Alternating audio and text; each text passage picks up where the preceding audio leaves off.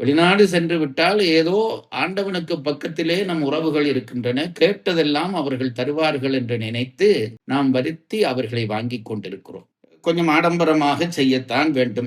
ஏனென்றால் திருமணம் என்பது வாழ்க்கையில் ஒரே ஒரு தரம் நடக்கிற விஷயம். அதை அழகாக செய்வதிலே தப்பில்லை என்றார். அது உண்மை. அந்த எல்லையை கடந்து போய் கொண்டிருக்கிறோம் போல் எனக்கு தெரிகிறது. திருமணத்திலே நம்மை இப்படி பகிரங்கமாக ஆடம்பரப்படுத்தி காட்டுவது முக்கியமா, மற்றவர்களுடைய வாழ்த்தை பெறுவது முக்கியமா என்று நாம் யோசிக்க வேண்டும். ஏன் நாங்கள் ஒரு புது வழக்கம் கொண்டு வரக்கூடாது? என் பிள்ளைக்கு திருமணம் செய்து வைப்பதானால் இன்னும் 3 பிள்ளைகளுக்கு அதே நாளிலே நான் திருமணம் செய்து வைப்பேன். இப்படி நினைத்து பாருங்களேன். ஒட்டுமொத்த சமுதாயமாக உணர்ந்து ஒரு பிழையை நிறுத்தினாலே ஒழிய தனிப்பட்ட ரீதியிலே நிறுத்த முடியாது. நிறுத்த தலைப்பட்டால் என்ன செய்வார்கள்?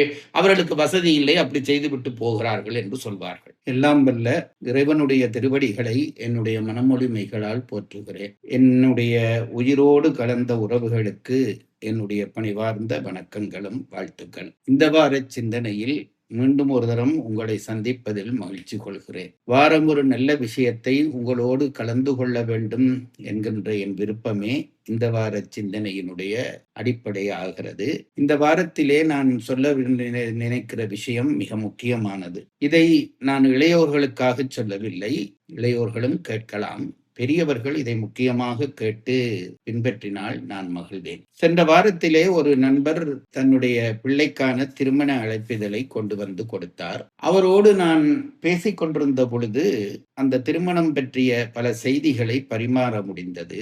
அதிலே எனக்கு ஏற்பட்ட ஒரு அதிர்ச்சி, இன்றைக்கெல்லாம் நம்முடைய இனத்திலே திருமணத்தை பெரும் செலவுள்ள ஒரு விடயமாக ஆக்கி கொண்டிருக்கிறோம். இது வர வர வர இந்த தன்மை வளர்ந்து கொண்டே போகிறது. இது எத்தனை தூரம் சரியானது என்பது பற்றி எனக்குள்ளே சென்ற வாரம் பெரிய குழப்பம் ஏற்பட்டது. இதை நான் குறித்த ஒருவர் நோக்கி சொல்லவில்லை. இப்போ இது எல்லா இடத்திலும் பரவி வருகிற ஒரு விஷயமாக மாறிவிட்டது. நல்ல விஷயங்களை நம் இனத்துக்குள்ளே பரப்புவதற்கு நாம் ரொம்ப சிரமப்பட வேண்டி இருக்கிறது.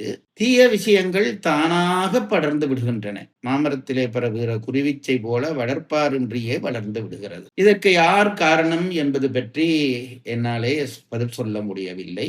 நாங்களும் காரணம் என்று ஒவ்வொருவரும் நினைத்தால் சில மாற்றங்களை உண்டு பண்ணலாம். செல்வம் இல்லாமல் ஏழையாய் போன இனங்கள் இருக்கின்றன. செல்வம் அதிகரித்து ஏழையாய் போனவர்களும் இருக்கிறார்கள். அதிகரித்து ஏழையாய் போனவர்கள் என்றால் செல்வம் அதிகரித்த காரணத்தினாலே அதன் பெருமதி உணராமல் செல்வத்தை தாழ்த்தியவர்கள். மாணிக்க வாசகர் சிவபெருமானாலே ஆட்கொள்ளப்பட்டு அவரோடு செல்லாமல் விட்ட பிறகு கவலைப்படுகிறார். நான் சிவன் கூப்பிட்ட பொழுது போயிருக்க வேண்டுமே என்று கவலைப்படுகிறார். அப்பொழுது அவர் சொல்கிற ஒரு காரணம், உன்னுடைய பெருமை எனக்கு தெரியாமல் போய்விட்டதப்பா, அதனால்தான் நான் உன்னோடு வராமல் விட்டு விட்டேன் என்று சொல்லுகிற பொழுது அவர் ஒரு உதாரணம் சொல்லுகிறார். ஒரு குழந்தை பிள்ளையினுடைய கையிலே தங்க கிண்ணத்தை கொடுத்தால் அதை பேணுகிற ஆற்றல் அதற்கு இருக்காது. அதை எறிந்து விளையாடும்.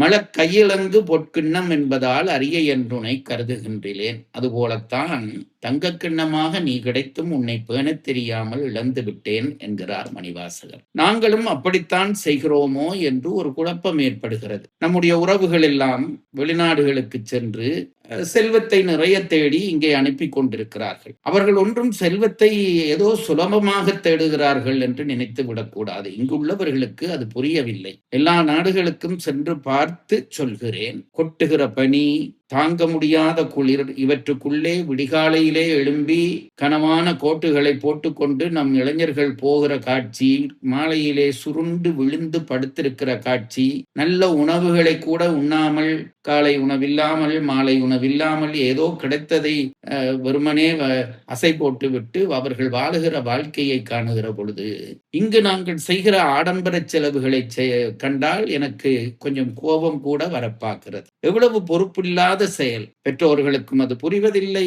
இங்கே இருக்கக்கூடிய சகோதரர்களுக்கும் அது புரிவதில்லை. வெளிநாடு சென்று விட்டால் ஏதோ ஆண்டவனுக்கு பக்கத்திலே நம் உறவுகள் இருக்கின்றன, கேட்டதெல்லாம் அவர்கள் தருவார்கள் என்று நினைத்து நாம் வருத்தி அவர்களை வாங்கி கொண்டிருக்கிறோம். அவர்களும் நம்முடைய உறவுகள், நமக்காக பாடுபட்ட உறவுகள் வசதியாக இருக்க வேண்டும் என்பதற்காக எவ்வளவோ முயற்சி செய்து இங்கே செல்வங்களை அனுப்பி கொண்டிருக்கிறார்கள். அந்த செல்வத்தினுடைய பெருமதியை தெரியாமல் நாம் விட்டோமானால் செல்வத்தை நாம் இழப்போம். திருவள்ளுவர் சொல்கிறார், பொருளாட்சி போற்றாதார்க்கு இல்லை என்கிறார். செல்வத்தை போற்றாதவர்களிடம் செல்வம் தொடர்ந்து நிலைக்காது. நாம் யாரையாவது போற்றாமல் விட்டால் அவர்கள் நம்மை விட்டு போய்விடுவார்கள் என்பதற்கு வேறு சான்று வேணுமா? அதுபோலத்தான் செல்வமும், அதனை நாம் போற்றாமல் விடுவோமானால் அது நம்மை விட்டு போய்விடும். இந்த உண்மையை நாம் தெரிந்து கொள்ள வேண்டும். ஒரு மங்கள காரியத்திலே பொருள் செலவழிப்பது என்பது தேவைதான், நான் இல்லை என்று சொல்ல மாட்டேன். அதற்கு ஒரு அளவு இருக்க வேண்டும். பழைய யாழ்ப்பாணத்திலே ஒரு மிருதங்க வித்துவான் அம்பலவாணர் என்று ஒருவர் இருந்தார். அவர் ஒரு முறை என்னோடு பேசிக் கொண்டிருக்கிற பொழுது, தம்பி, திருமணத்தை அழகாக கொஞ்சம் ஆடம்பரமாக செய்யத்தான் வேண்டும். ஏனென்றால் திருமணம் என்பது வாழ்க்கையில் ஒரே ஒரு தரம் நடக்கிற விஷயம். அதை அழகாக செய்வதிலே தப்பில்லை என்றார். அது உண்மை. நான் அதை மறுக்கவில்லை. ஒரு வாழ்க்கையிலே ஒரு தரம் நடக்கிற ஒரு சம்பவத்தை அழகாக செய்யலாம். ஆனால் அந்த அழகாக செய்வது அல்லது கொஞ்சம் ஒரு ஆடம்பரமாக செய்வதென்பதற்கு ஒரு எல்லை இருக்க வேண்டும். நாங்கள் அந்த எல்லையை கடந்து போய் கொண்டிருக்கிறோம் போல் எனக்கு தெரிகிறது. யாழ்ப்பாணத்திலே அண்மையிலே எங்கள் கம்பன் விழாவுக்கு மேடை அலங்காரம் செய்ய ஒரு அன்பர் வந்திருந்தார்.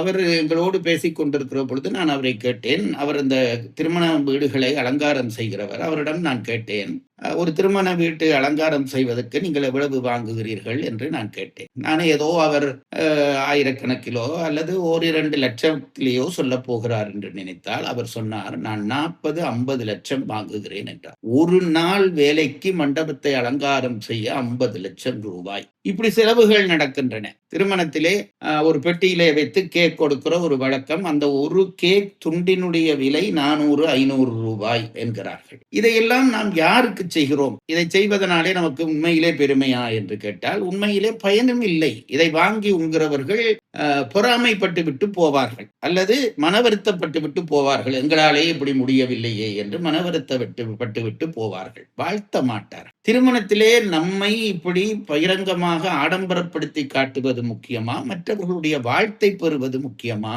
என்று நாம் யோசிக்க வேண்டும். இன்றைக்கு ஒரு நாதசுர கச்சேரி என்றால் அதற்கு லட்சக்கணக்கிலே மணவரை என்றால் லட்சக்கணக்கிலே உணவென்றால் ஒருவருக்கு உணவிட 6000-7000 ரூபாய் அதை விட அதிகமாகவே செலவழிக்கிறார்கள். இதிலே வரவேற்று விருந்து கொடுக்கிற அந்த பண்பு இல்லை.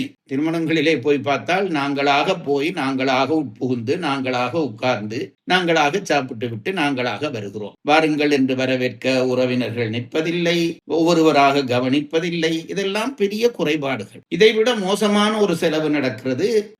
அந்த திருமணத்தை ஒளிப்பதிவு செய்வது. அதற்கு இன்றைக்கு எவ்வளவோ பணம் எடுக்கிறார்கள். மணவரையிலே மாப்பிள்ளை பொம்பிளையை மூத்தவர்களோ அந்தணர்களோ வழிநடத்துவதில்லை, கேமராக்காரர்கள் தான் வழிநடத்துகிறார். அப்படி செய்யுங்கள், இப்படி செய்யுங்கள் என்கிறார்கள். திருமணத்தை காண வந்த பெருமக்கள் எல்லாருக்கும் முதுகு காட்டினபடி வரிசையாக நிற்கிறார்கள். மாப்பிள்ளை பொம்பிளையை பார்க்க கூட முடிவதில்லை. இதிலே இந்த வீடியோவிலே அழகாக விட வேண்டும் என்பதற்காக நடக்கும் மேக்கப்புக்கு செலவு அது லட்சக்கணக்கிலே ஒரு பக்கம் போய்கொண்டிருக்கிறார். எல்லாம் ஒரு நாள் கூத்து. அலங்காரம் செய்ய வேண்டாம் என்று சொல்லுகிற அளவுக்கு நான் பிற்போக்குவாதி அல்ல. எல்லாம் செய்ய வேண்டியதுதான், பதிவு வேண்டியதுதான். ஆனால் இன்றைக்கு அந்த பதிவை என்ன செய்கிறார்கள் என்றால் ஒரு சினிமா போல நினைக்கிறார்கள். இவர் கதாநாயகன், இவர் கதாநாயகி, அதிலே பாட்டு காட்சி அல்லது அந்த இயல்பான திருமண பதிவு என்பது இன்றைக்கு வெளிநாடாக்களிலே நடப்பதில்லை. எல்லாம் மிகை. ஆகவே இதெல்லாம் நமக்கு இதுகளுக்காக எவ்வளவோ செலவழிக்கிறோம், லட்சக்கணக்கில். இன்றைக்கு ஒரு திருமணம் செய்வதானால் ஒரு வசதியான குடும்பத்தை சொல்லுகிறேன், 2 கோடி 3 கோடி ரூபாய் என்று செலவழிக்கிறார். கல்யாணம் நடந்த அன்றே மாப்பிள்ளை பொம்பளையை எங்கேயாவது ஒரு ஹோட்டலுக்கு அனுப்பி வைத்து விடுகிறார்கள். இது ஒரு அடுத்த கொடுமை. திருமணம் என்பது ஒரு கணவனும் மனைவியும் ஒன்று சேர்வது, உடலாலும் உள்ளத்தாலும் ஒன்று சேர்வதுதான். அந்த ஒன்று சேருகிற நிகழ்ச்சி எங்கு நடக்க வேண்டும்? நீங்களே நினைத்து பாருங்கள். நாங்கள் போகிற ஹோட்டல்களிலே ஒரு அறை எடுத்து அவர்களை தங்க வைக்கிற பொழுது இவர்கள் என்ன நினைக்கிறார்கள்? அவர்கள் தனிமையை அனுபவிக்க வேண்டும் என்று நினைக்கிறார்கள். திருமணம் என்பது வெறும் காமம் அல்ல, இதை புரிந்து கொள்ளுங்கள். திருமணம் என்பது நம்முடைய பாரம்பரிய வளர்ச்சி, அற வளர்ச்சி என்று பெரியவர்கள் சொல்கிறார்கள். நாங்கள் போய் இந்த மணமக்களை தங்க வைக்கிறோம், முதல் இரவுக்கு என்று அனுப்பி வைக்கிறோம். உண்மையிலே அந்த கணவன் மனைவி எல்லாவற்றுக்கும் நாள் பார்த்து நேரம் பார்த்து ஜாதகம் பார்த்து செய்கிறவர்கள் இந்த சேர்க்கைக்கு அந்த நாள் பார்க்கிற வழக்கம் இல்லாமல் போய்விட்டது. இந்தியாவிலே சாந்தி முகூர்த்தம் என்றால் அதற்கு நாள் பார்த்துத்தான் அதை செய்கிறார்கள். நல்ல முகூர்த்தத்திலே தங்குகிற குழந்தை அல்லது நல்ல முகூர்த்தத்திலே உண்டாகிற செயற்கை தானே நிலைத்து நிற்கும். இது பற்றி நம்மவர்கள் யாரும் சிந்திக்கிறார்கள் இல்லை. ஒரு ஹோட்டல் அறையிலே போய் தங்கினால் அந்த அறையிலே யார் யார் வந்து தங்கினார்களோ, எந்த ஒழுக்கம் இல்லாதவர்கள், கேடுகெட்டவர்கள், குடிகாரர்கள், இப்படி எத்தனை பேர் தங்கி இருந்திருக்கக்கூடிய கட்டில் அந்த கட்டில். அதிலே போய் தன் முதல் வாழ்க்கையை யாராவது தொடங்குவார்களா? நினைத்து பாருங்கள். வீட்டிலே இருந்தால் கணவன் மனைவி சேர்வதிலே ஒரு கூச்சம் என்று சொல்கிறார்கள். வீட்டிலே இருக்கிறது முழு பேரும் உறவினர்கள், தாய் தந்தை, இவர்கள் நன்றாக வாழ வேண்டும் என்று நினைப்பவர்கள் தான் வீட்டிலே இருப்பார்கள். ஹோட்டலிலே இருக்கிறவர்கள் எப்படிப்பட்டவர்களாக இருப்பார்கள்? ஒரு தம்பதியர் அறைக்குள்ளே போனால் அவர்கள் மனதிலே எத்தனை விகாரங்கள் தோன்றும். அடுத்த நாள் அறை விட்டு வெளியில வருகிற பொழுது அவர்கள் இவர்களை வாழ்த்துவார்களா?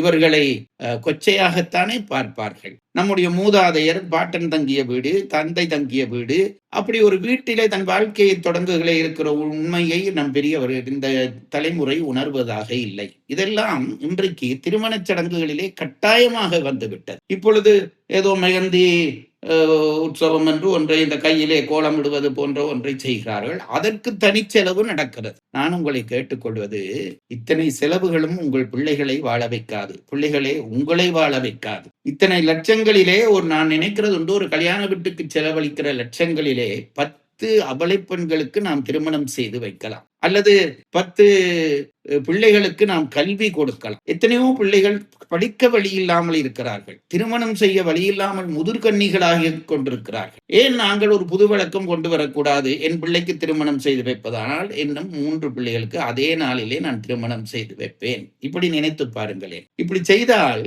அந்த பிள்ளைகள் அந்த குடும்பம் வாழ்த்துகிற வாழ்த்திலே நம் பிள்ளைகள் வாழ்வார்கள்.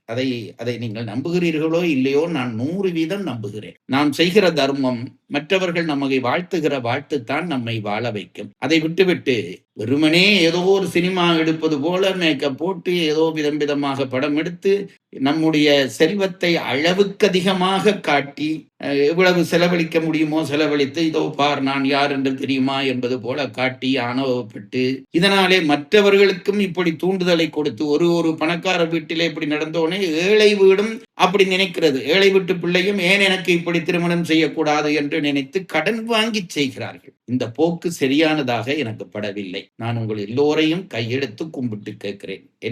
இது நீங்கள் கேட்பீர்கள், உங்கள் நண்பர்கள் வீட்டில் இப்படி நடக்காதா என்றால் அப்படித்தான் நடக்கிறது. ஒட்டுமொத்த சமுதாயமாக உணர்ந்து ஒரு பிழையை நிறுத்தினாலே ஒழிய தனிப்பட்ட ரீதியிலே நிறுத்த முடியாது. நிறுத்த தலைப்பட்டால் என்ன செய்வார்கள்?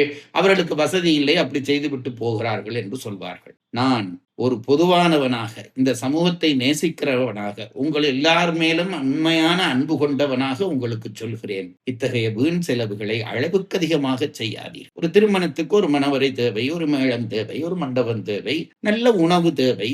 அதெல்லாம் ஒரு அளவிலே நிற்க வேண்டும். அதற்காக ஒரு 50 வகையான கறியோடு சாப்பாடு போடுவதில்லை. யாழ்ப்பாணங்களிலே நான் பார்த்திருக்கிறேன், முன்னே திருமணங்களிலே எல்லாம் அளவிலே இருந்தது. வாழை இலை போட்டு அளவாக சாப்பாடு போட்டு சோறு போட்டு எல்லாரையும் மகிழ்வித்து வரவேற்றார். ஒவ்வொருவரையும் வரவேற்றார்கள், ஒவ்வொருவரோடும் உரையாடினார்கள். இன்றைக்கு அந்த பண்பெல்லாம் குறைந்து கொண்டு போகிறது. தயவு செய்து நான் உங்களை கேட்கிற ஒன்று, இந்த நிலையை மாற்ற எல்லோருமாக முன்வாருங்கள். எல்லோருமாக நல்ல பெரிய வசதியுள்ள படித்த குடும்பத்திலே இருக்கிற 2 பேர் இந்த மாற்றத்தை செய்தால் அவர்களை பார்த்து மற்றவர்கள் செய்வார். பணக்கார வீடுகளை பார்த்துத்தான் ஏழை வீடுகளும் இப்படி செய்ய ஆசைப்படுகின்றன. என்னுடைய ஒரு மாணவி, அவருடைய திருமணத்தின் போது, வசதி உள்ளவர், திருமணத்தின் போது வெறுமனே தன் தலையை சடை பின்னி கொண்டு பூ வைத்துக் கொண்டு அந்த திருமணத்தை செய்த காட்சியை கண்டு நான் நெகிழ்ந்தேன். அதுதான் உண்மை. அவருக்கு அந்த திருமணத்திலே பக்தி இருந்தது, ஆடம்பரம் இருக்கவில்லை. அப்படி ஒரு அளவான நல்ல விருந்து, நல்ல உடை, நல்ல திருமணம், ஒரு வரவேற்பவர்களுக்கு ஒரு நல்ல உணவு, இப்படி செலவுகளை குறைத்து தர்ம காரியத்திலே அந்த செலவை செய்யுங்கள். உங்கள் பிள்ளைகள் நன்றாக வாழ்வார்கள். பிள்ளைகளே, நீங்கள் நன்றாக வாழ்வீர்கள். காலம் இந்த நன்மை நம் இனத்திலே விளைய வேணும் என்றால் என் வார்த்தையை உங்கள் இதயத்துக்கு கொண்டு சேர்க்கும் என்ற என் நம்பிக்கையை தெரிவித்து இந்த வார சிந்தனையை நிறைவு செய்கிறேன். வணக்கம்.